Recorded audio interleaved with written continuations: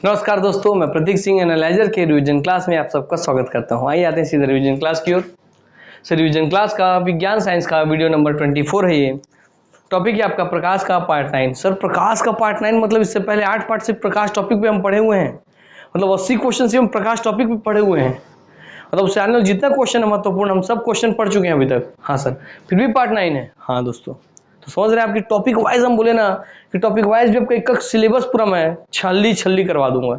इसलिए बस जुड़े रहिए दोस्तों, साल भर के लिए आप इस सीरीज के साथ। आप देखेंगे साल भर के बाद आपके पास अथाह ज्ञान होगा, है ना। चलिए आते हैं। सोमवार से शनिवार सुबह 11 बजे आपको ये क्लास उपलब्ध होती है हमारे यूट्यूब चैनल पर, बिल्कुल फ्री दोस्तों।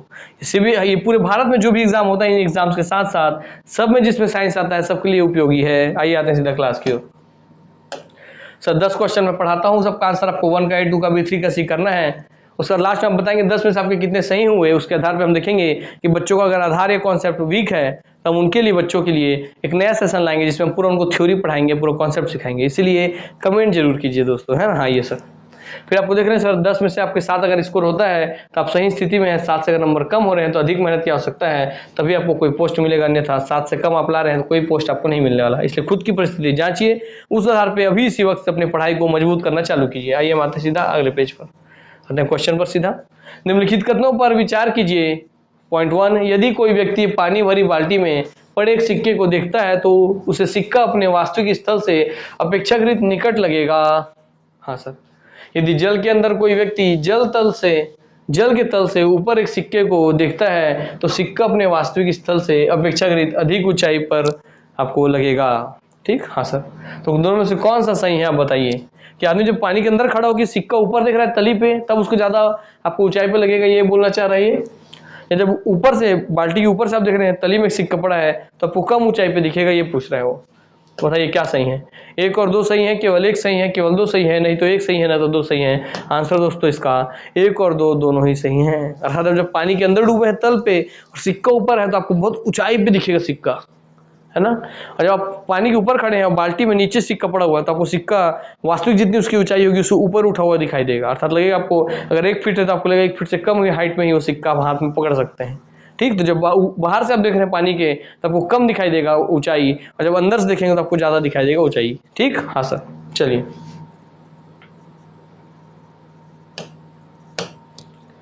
जल में वायु का बुलबुला जिसकी भांति व्यवहार करेगा। वायु का जो बुलबुला होता है वो जल में किसकी भांति व्यवहार करता है दोस्तों। आंसर दोस्तों आपका उत्तल दर्पण, उत्तल लेंस, अवतल दर्पण, अवतल लेंस। में बताया था कि आपको बार बार इसे घुमाएगा, दर्पण लेंस करके। हाँ सर, सही आंसर दोस्तों इसका आपका अवतल लेंस। किसके जैसे सर, अवतल लेंस की तरह व्यवहार करेगा। ठीक, हाँ सर। यहाँ पहली बात याद रखेंगे कि जल के अंदर जैसे मान कि पानी की बाल्टी भरी, उसके अंदर वायु का बुलबुला है, बुलबुला जो है वो किसकी भांति व्यवहार करेगा बोल रहा है, तो व्यवहार करेगा आपके अवतल लेंस। ठीक, हाँ सर, क्लियर रहेगा। हाँ चलिए याद रखेंगे इस बात को ना बार बार। अवतल है लेंस से पहले बात याद रखिए, जल के अंदर डूबे वाला बात की तो लेंस लेना है पहली बात। हाँ सर, और उसके बाद आपको देखना है कि अवतल है कि उत्तल, तो याद रखना अवतल है सर। क्यों, क्योंकि वायु का बुलबुला आपके पानी के अंदर से बाहरी तल पे आना चाह रहा है, पानी के तल पे आना चाह रहा है। और यहाँ देखिए उत्तल में तल नहीं होता, तल आधा ततल होता है, तो ततल हो गया। और यहाँ स्पष्ट आपको तल दिख रहा है, इसलिए यहाँ पे याद रखेंगे अवतल होता है। याद कर रखने के लिए ट्रिक भी बता दिया। आइए आते हैं नेक्स्ट क्वेश्चन पे। किसी व्यक्ति का पूरा प्रतिबिंब देखने के लिए एक समतल दर्पण के न्यूनतम ऊंचाई होनी चाहिए। आपको किसी व्यक्ति, मेरा अगर आपको मेरे जितना हाइट है, मेरा जितना भी हाइट है, और आपको मेरे कोई ऐसा दर्पण खरीदना है जिसमें मेरा पूरा पैर से लेकर सिर तक पूरा इमेज दिख सके दर्पण में, तो मुझे किस हाइट का लेना चाहिए। अगर मान लीजिए मेरी हाइट 5 फुट है तो मुझे आपके 2.5 फीट की मिरर लेनी चाहिए। तो अपने शरीर से आधे हाइट का अगर आप लेते हैं, आप 6 फीट के हैं तो 3 फीट का मिरर लीजिए, तो आपको पूरी अपनी छवि दिखाई दे देगी उस मिरर में। ठीक, हाँ सर, समझ गए होंगे बात को। कुल मिला के तो व्यक्ति की ऊंचाई के बराबर, व्यक्ति की ऊंचाई का आधा, व्यक्ति की ऊंचाई का 1/4 उपयुक्त में से कोई नहीं। सर आंसर इसका व्यक्ति की ऊंचाई का आधा। ठीक, हाँ सर। चलिए आपको बता दिया, 6 फीट के हैं तो 3 फीट, 5 फीट के हैं तो 2.5 फीट। हाँ सर। 1.5 मीटर लंबे व्यक्ति को अपना खड़ा संपूर्ण प्रतिबिंब देखने के लिए आवश्यक दर्पण की न्यूनतम लंबाई होगी। पूर्ण प्रतिबिंब देखना है तो आपको बताया था सर 1.5 मीटर का, तो कितना लगेगा दोस्तों, मीटर की उसकी लंबाई, मीटर की सर आधा लगता है, तो 1.5 मीटर का आधा सर क्या होगा, 0.75 मीटर। आंसर हो गया। ये नेक्स्ट क्वेश्चन पे। दूरदृष्टि दोष निवारण के लिए काम में लेते हैं सर आपका अवतल लेंस, उत्तल दर्पण, उत्तल लेंस, अवतल दर्पण। दोस्तों इसमें आप हमेशा कंफ्यूज हो जाते हैं, दूर में क्या है, निकट में क्या है। मैं आपको आज याद कराऊंगा, बात खत्म। सर आंखों में हमारा लेंस लगती है ना, हाँ सर, तो पहले बात तो दर्पण का काम यही खत्म। हाँ सर, आंखों में हम लेंस लगाते हैं। हाँ सर, तो लेंस पे हम काम करेंगे, पहले तो लेंस पे आ गए, अवतल लेंस से उत्तल लेंस। अब बताइए किसमें आपका अवतल को आप पढ़ रहे हैं या उत्तल को पढ़ रहे हैं, किसमें आपको ऊ, जैसे दूर में ऊ की साउंड आ रही है, किसमें आ रही है आपको? हाँ सर, दूर में ऊ की साउंड आ रही है सर, उत्तल में ऊ, उत्तल, दूर, उत्तल। हाँ सर, अवतल में ऊ की साउंड नहीं आ रही है, अर्थात आंसर हो गया आपका दोस्तों उत्तल लेंस। पहले तो लेंस होगा, बता दिया, आंखों में लेंस लगता है इसलिए, और उसमें भी ऊ की साउंड वहां आ रही है, ऊ की साउंड यहाँ आ रही है, इसलिए दूर से उत्तल। हाँ सर, तो दोनों में ऊ साउंड आया, तो दोनों का आंसर हो गया। अब बच गया निकट दृष्टि दोस्तों, उसका आंसर हो गया दोस्तों आपका अवतल लेंस। चलिए, दोनों का आंसर आप जान गए।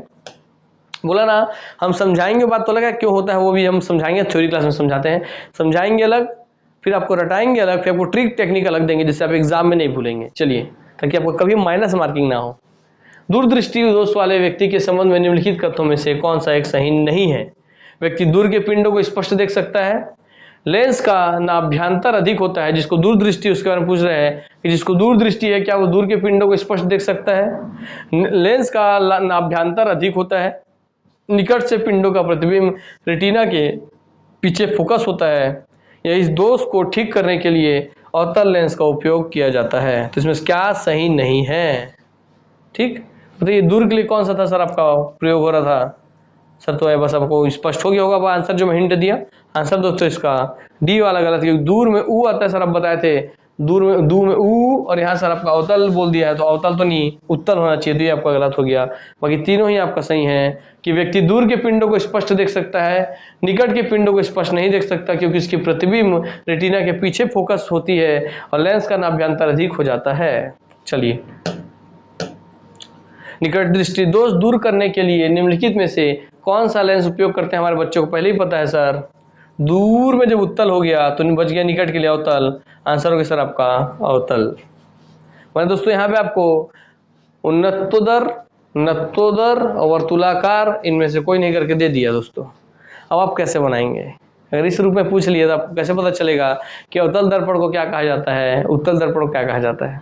हाँ सर, तो निकट दृष्टि दोष के लिए सर आपका लगता है जो आंसर है आपका वो है आपका सर नतोदर या कॉनकेव, अर्थात और निकट दृष्टि दोष के लिए आपको लगेगा अवतल दर्पण। अवतल दर्पण को आपका कॉनकेव कहते हैं और उत्तल दर्पण को कॉन्वेक्स कहते हैं। तो कॉन्वेक्स मतलब, उन्नतोदर मतलब होता है आपका कौन सा? उत्तल दर्पण। तो ऊ से उत्तल, उस से उन्नतोदर, तो आपको इसका भी डाउट खत्म हो गया, और जो बच गया अवतल का हो गया नतोदर या कॉनकेव। तो कॉन्वेक्स इज इक्वल टू उत्तल, उत्तल से आपका उन्नतोदर।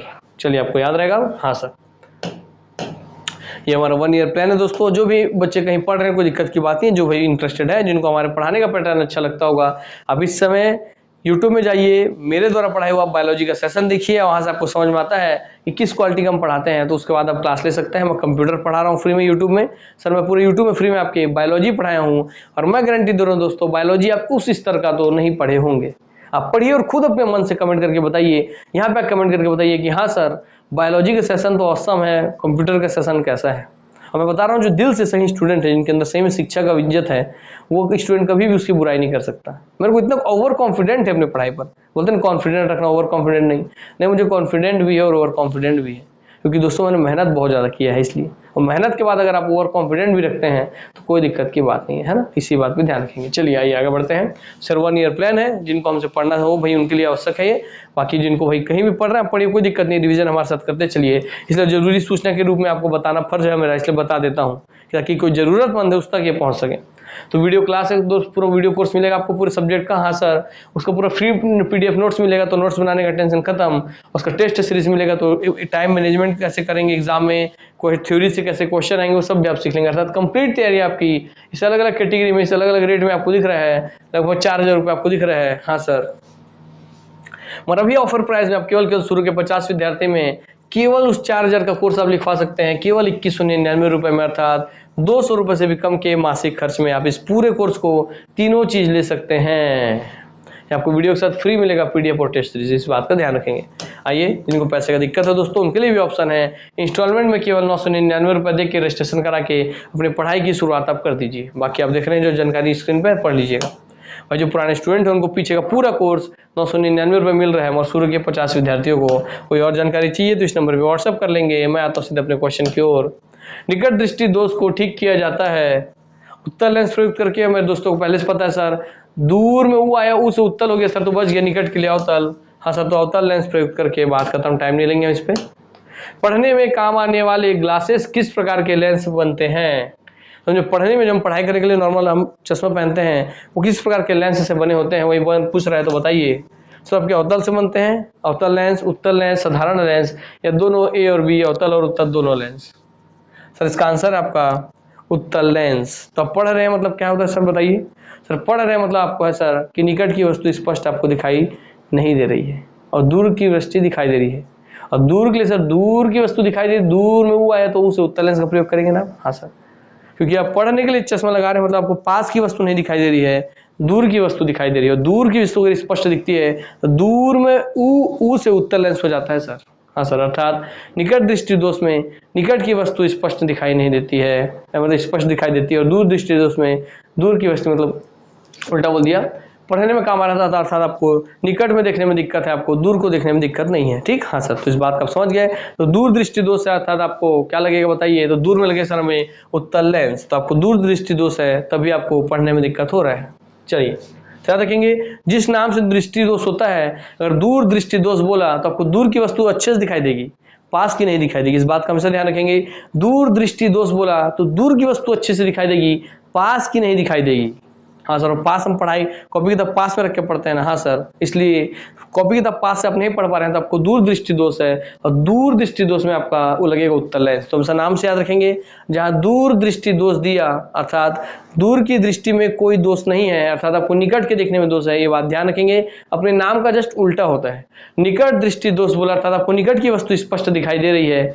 निकट दृष्टि दोष मतलब निकट की वस्तु स्पष्ट दिखाई दे रही है, दूर की वस्तु स्पष्ट दिखाई नहीं दे रही है, तो दोनों अपने विपरीत होते हैं। सर वो क्यों होते हैं, तो नाम ऐसे क्यों रखा गया दोस्तों, ये इस वजह से नहीं रखा गया नाम के आधार पर, ये आंख के रेटिना में जो इमेज बनती है ना उसके आधार पर इसका नाम दूर और पास रखा गया है। ये आपको जब थ्योरी पढ़ेंगे तो आप समझ जाएंगे। चलिए आपको थोड़ा सा बता दूं मैं, आइए थोड़ा सा समझ लूंगा। मान लीजिए आपकी आंख की, मान लीजिए आंख की पुतली थी। हाँ सर, 1 मिनट लूंगा। हाँ सर, ये आंख की पुतली है। अगर मान लीजिए यहाँ पे आपका ये आपकी रेटिना मान लीजिए, ठीक। हाँ सर, ऐसे बता रहा हूँ, क्यों नहीं हो रहा है ऐसा, ठीक है। ये आपका आंख का लेंस मान लीजिए ऐसे करके। हाँ, तो यहाँ पे अगर इमेज आपके ये ऐसा बना तो परफेक्ट है, रेटिना पे बना परफेक्ट, तो आपका बन गया सही है। मगर इसी में आप एक केस देखेंगे सर, यहाँ पे मेरा जो ऐसे लेंस से मेरा जो प्रकाश गया वो इस रेटिना से पहले ही बन गया। तो रेटिना से पहले बन गया तो लेंस से निकट बनाना। हाँ सर, और दूर जा सकता था, लेंस से निकट बना तो अर्थात ये आपका है निकट दृष्टि दोष, क्योंकि लेंस से निकट था, लेंस से पहले बना तो लेंस से रेटिना से पहले बना, रेटिना से पहले बना था लेंस के पास है, इसलिए निकट दृष्टि दोष। हाँ सर, क्योंकि लेंस में तो सब प्रॉब्लम होता है। हाँ सर, और इसको आप दूसरा लीजिए, अलग कलर से बनाता हूँ मैं। अब आते हैं आपके दूर दृष्टि दोष में। सर इसी प्रकाश गया सर आपका। हाँ सर, और आपका प्रकाश किरण इस रेटिना के पीछे बन रहा है। तो हाँ सर, रेटिना के पीछे बना, रेटिना से भी दूर गया और लेंस से भी दूर चला गया, तो अर्थात ये हो गया आपका दूर दृष्टि दोष। तो अर्थात रेटिना से पहले बनी छवि तो आपकी निकट दृष्टि दोष, ये भी पूछता है, और रेटिना के बाद बने छवि तो आपके दूर दृष्टि दोष। ठीक, क्योंकि लेंस से ये वाली आपकी निकट है, व्हाइट वाली निकट है इसलिए निकट दृष्टि दोष, और लेंस से आपकी ग्रीन वाली दूर है इसलिए दूर दृष्टि दोष। हाँ सर, तो इसके आधार पर नाम दिया जाता है दोस्तों। ठीक, हाँ सर, तो उसके नाम से आप कभी कंफ्यूज मत होइएगा, नाम में हमेशा उल्टा दिया रहता है। दूर दृष्टि दोष बोला तो आपकी दूर की वस्तु स्पष्ट दिखाई देगी, पास की नहीं, और निकट दृष्टि दोष बोला तो आपको निकट की वस्तु स्पष्ट दिखाई देगी, दूर की नहीं। तो सब हम थ्योरी में पढ़ाते हैं, वहां और अच्छे से पढ़ाया जाएगा। चलिए हम आते हैं नेक्स्ट क्वेश्चन पे हमारे। आंख में संकेंद्रण होता है लेंस की उत्तलता में परिवर्तन द्वारा, लेंस की आगे पीछे गति द्वारा, रेटिना की आगे पीछे गति द्वारा, या आंख के तरल के अपवर्तनांक में परिवर्तन द्वारा। तो आंख में संकेंद्रण होता है आपके लेंस की उत्तलता में परिवर्तन द्वारा। पहली बात ये पता चल गया कि आंखों में जो लेंस उपयोग होता है वो आपका उत्तल लेंस होता है। पहले आपको ये क्वेश्चन पता चल गया। हाँ सर, तो लेंस की जो लेंस उसी की उत्तलता में परिवर्तन था, उसका जो उत्तल जितने लेंस उसकी उत्तलता क्षमता मतलब उसके उत्तल लेंस द्वारा बनने वाली इमेज की क्षमता में परिवर्तन होगी, उसकी क्षमता में परिवर्तन हो गया, उसके किसी इमेज को उत्तलता करने का परिवर्तन हो गया, क्षमता में परिवर्तन हुआ, तो आपको देखने में दिक्कत होगा। ये कहना चाह रहा है। चलिए हमारा होता है समय समाप्त। नमस्कार, जय हिंद, जय भारत, जय छत्तीसगढ़। उम्मीद करता हूँ कि आप लोगों को बहुत ज़्यादा अच्छे से इस सेशन लाभ पहुंचाने वाला एग्जाम के समय में दोस्तों, क्योंकि इससे आप एक क्वेश्चन आपको बार बार देखने मिलते हैं सब एग्जाम में, आप बहुत अच्छे जानते ही हैं, और जो नए क्वेश्चन है वो भी हम इसमें कंडक्ट करते हैं। तो चलिए इसी के साथ अपने वाणी को विराम देते हैं, आप सबसे अलविदा लेते हैं। नमस्कार, जय हिंद, जय भारत, जय छत्तीसगढ़, वंदे मातरम।